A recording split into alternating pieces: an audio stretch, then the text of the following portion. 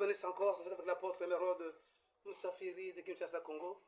Dans son émission aimable, la voix de Christ croix, ayant comme thème capital, Jésus-Christ est Dieu, se mettre dans les croix des musulmans et dans la Bible de l'humanité. Avant de commencer, je vous prie d'abord de vous abonner, abonnez-vous massivement pour ne pas rater des prochaines vidéos pleines d'intelligence. Nous allons répondre à notre séducteur de cette décennie, l'histoire du docteur Abdul Majidi. Nous allons répondre à lui. Dans son thème, il a dit que Jésus-Christ était dans le ventre de ma mère, et était dans le ventre de Marie. Jésus-Christ était dans le ventre de Marie. C'est comment un Dieu peut être dans le ventre de Marie, comment un Dieu peut être né. C'est ça la question. Et nous allons répondre à Abdul Majidi et à tous les musulmans et à tous ceux qui sont dans la confusion. Est-ce que Jésus-Christ était dans le ventre de Marie? Est-ce que Jésus était dans le ventre de Marie? Comment leur sens était apparu? Oui, ça a été promis par Élisée le prophète que une vierge fille va mettre au monde Emmanuel. C'était comment? Est-ce que Jésus a été dans le ventre de Maman Marie? C'est ça la question. Ils lisent d'abord le livre de Luc. C'est ça la question. Si oui, Jésus était dans le ventre de Marie, Jésus est essuyé. Si oui, seulement si, il était dans le ventre de Marie, donc Jésus-Christ est vraiment un sauveur essuyé. Mais s'il ne l'était pas, donc il n'est pas essuyé.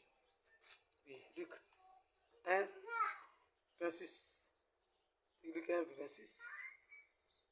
Au 6e mois, l'ange Gabriel fut envoyé par Dieu dans une ville de Galilée appelée Nazareth, auprès d'une vierge fiancée et un homme de la maison de David nommé Joseph, et le nom de la vierge était Marie. Nous voulons gagner le temps, c'est Luc 1, 26, 27, 30, sauter 31, donc nous allons sauter. Oui, 30 et 31. L'ange lui dit, ne crains point, Marie, car tu as trouvé grâce devant Dieu. Et voici, tu deviendras enceinte et tu enfanteras un fils. Tu lui donneras le nom de Jésus. Et voici, tu deviendras enceinte et tu enfanteras un fils à qui tu donneras le nom de Jésus. C'est la menace, c'est la causerie de l'ange Gabriel avec Marie. Oui, allons à 35. Maintenant, il dit que tu deviendras enceinte. C'est comment l'enceinte?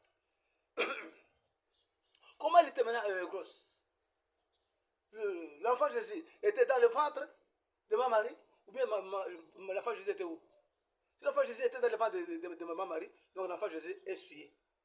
Donc c'est un enfant essuyé. Pose la question. 34 à 35, c'est là où est la réponse. Marie dit à l'ange, comment cela se fera-t-il, puisque je ne connais point d'homme? Ah oui, maintenant voilà. C'est musulman l'appel que Jésus, c'est un enfant bâtard, et Marie était une prostituée. Et le Coran et la Bible parlent de même langage. Que je ne suis pas prostituée, je ne veux pas d'homme. Et le Coran aussi, Sourate Myriam 19, parle de la même chose. Maintenant, 35. L'ange lui répondit, le Saint-Esprit viendra sur toi. Ah! Voilà maintenant là où sera maintenant la grossesse. Voilà maintenant. L'ange lui répondit, le Saint-Esprit viendra sur toi. Et la puissance du Très-Haut te couvrira de son ombre. Point 2. Point 1. Le Saint-Esprit sera sur lui. Point 2. La puissance du Saint-Esprit va le couvrir de son ombre. Donc, Sainte Vierge Marie sera couverte de l'ombre du Tout-Puissant. Oui, de son ombre. Oui, de son ombre. Et du Très-Haut de son ombre. C'est pourquoi le Saint-Enfant qui naîtra de toi sera appelé fils du Très-Haut. C'est pour cela que comme 3, c'est pour cela que le Saint-Enfant qui naîtra de toi sera appelé fils du Très-Haut. Maintenant, Jésus était où? Dans le ventre ou bien était dans l'ombre? Vous qui me suivez maintenant. Jésus était dans l'ombre.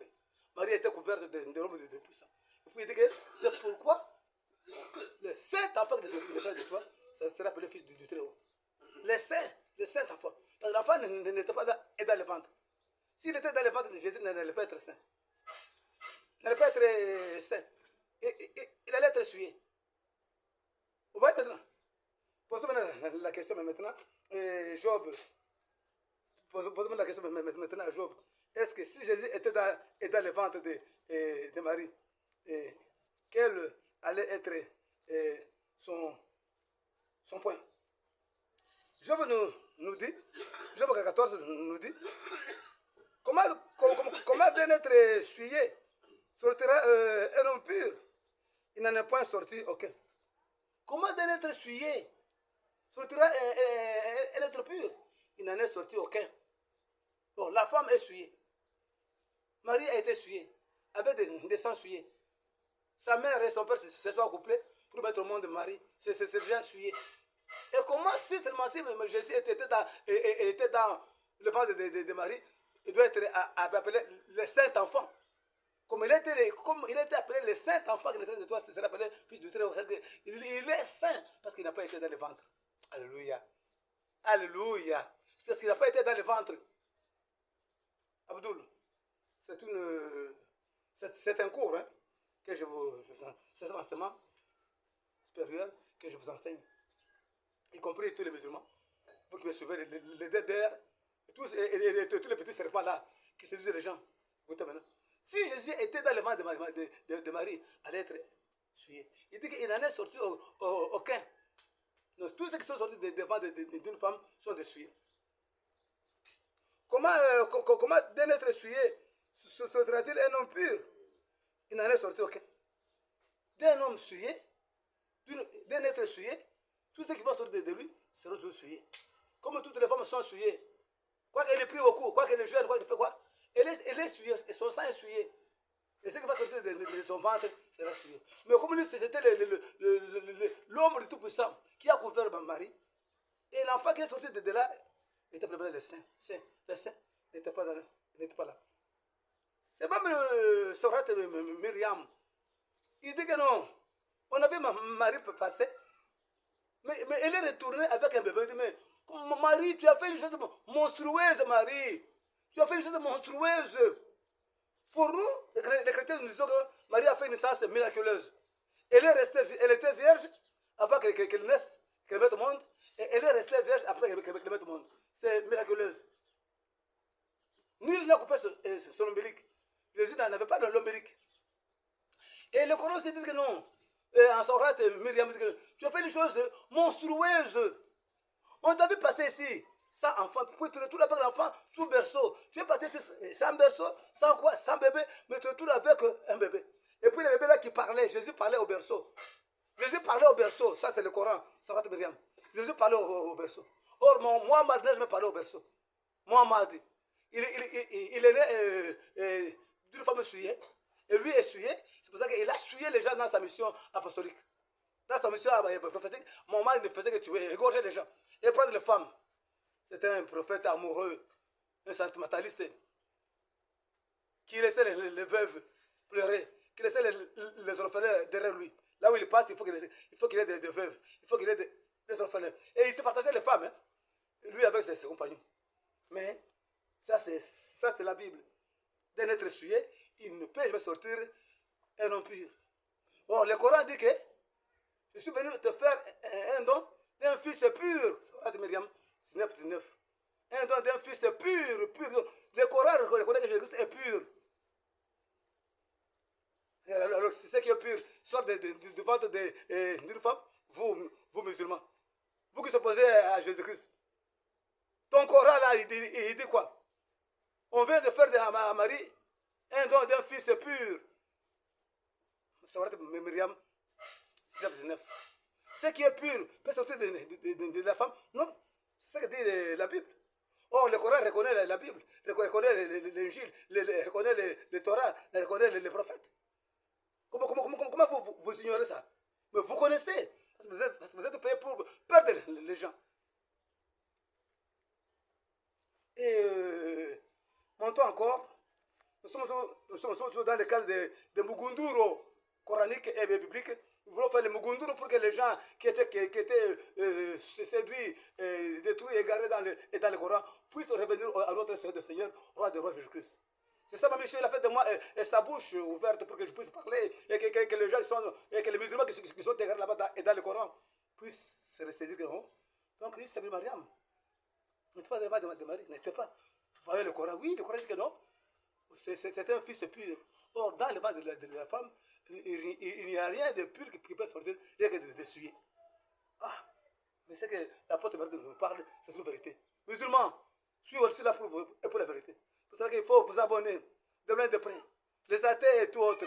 Et vous, les pasteurs qui manquaient de l'eau, qui manquaient de bagages, qui manquaient de pierres, qui manquaient de connaissances. Maintenant, facile le moment. Écrivez, n'ayez pas honte, écrivez. C'est pour défendre vos produits. Et Job encore 25, toujours le même verset 4. Comment l'homme sera-t-il juste devant Dieu? Comment celui qui est né de la femme sera-t-il pur? Ici maintenant, on a conclu.